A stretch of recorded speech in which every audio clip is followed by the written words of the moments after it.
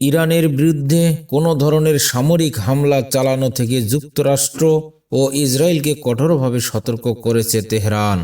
শনিবার ইরানি সেনাবাহিনীর প্রধান জেনারেল আমির হাতামি জানান, উপসাগরীয় অঞ্চলে যুক্তরাষ্ট্রের ব্যাপক সামরিক উপস্থিতির প্রেক্ষাপটে ইরানের সশস্ত্র বাহিনী সর্বোচ্চ সতর্ক অবস্থায় রয়েছে। তিনি বলেন, যে কোনো হামলার উপযুক্ত ও কঠোর জবাব দিতে ইরান প্রস্তুত। মার্কিন প্রেসিডেন্ট ডোনাল্ড ট্রাম্প সম্প্রতি মন্তব্য করেন, যুক্তরাষ্ট্রের সম্ভাব্য হামলা এড়াতে ইরানকে চুক্তিতে যেতে হবে। এ বক্তব্যের প্রতিক্রিয়ায় আমির হাতামি হুঁশিয়ারি দিয়ে বলেন, ইসলামী প্রজাতন্ত্রের পারমাণবিক ক্ষমতা কখনো ধ্বংস করা সম্ভব নয়। শত্রুপক্ষ যদি ভুল সিদ্ধান্ত নেয় তাহলে তা শুধু তাদের নয়, পুরো অঞ্চলের নিরাপত্তা এবং ইহুদিবাদী শাসক গোষ্ঠীর নিরাপত্তাকেও ঝুঁকির মুখে ফেলবে।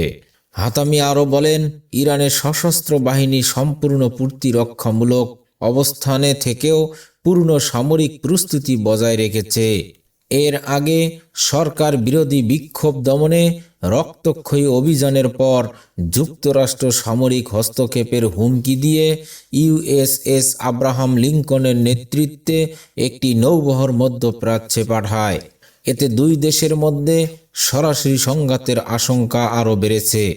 ইরান আগেও জানিয়ে দিয়েছে, হামলা হলে তারা যুক্তরাষ্ট্রের ঘাঁটি যুদ্ধজাহাজ এবং তাদের মিত্রদের, বিশেষ করে ইসরায়েলকে লক্ষ্য করে ক্ষেপণাস্ত্র হামলা চালাবে। শুক্রবার ট্রাম্প বলেন, সামরিক সংঘাতের মুখোমুখি হওয়ার চেয়ে ইরান তাদের পারমাণবিক ও ক্ষেপণাস্ত্র কর্মসূচি নিয়ে আলোচনায় বসতে আগ্রহী হবে বলে তিনি মনে করেন। তবে ইরানের পররাষ্ট্রমন্ত্রী আব্বাস আরাঘচি স্পষ্ট করে বলেছেন, তেহরান পারমাণবিক আলোচনার জন্য প্রস্তুত থাকলেও ক্ষেপণাস্ত্র ও প্রতিরক্ষা ক্ষমতা কোনোভাবেই আলোচনার টেবিলে আসবে না। উল্লেখ্য, গত জুনে যুক্তরাষ্ট্র স্বল্প সময়ের জন্য ইসরায়েলের সঙ্গে মিলে ইরানের বিরুদ্ধে 12 দিনের যুদ্ধে জড়িয়ে পড়ে এবং দেশটির গুরুত্বপূর্ণ পারমাণবিক স্থাপনায় হামলা চালায়। এতে ইরানের বেশ কয়েকজন শীর্ষ সামরিক কর্মকর্তা ও খ্যাতনামা পারমাণবিক বিজ্ঞানী নিহত হন। তবু হাতামির দাবি, ইরানের পারমাণবিক প্রযুক্তি কখনো নির্মূল করা যাবে না।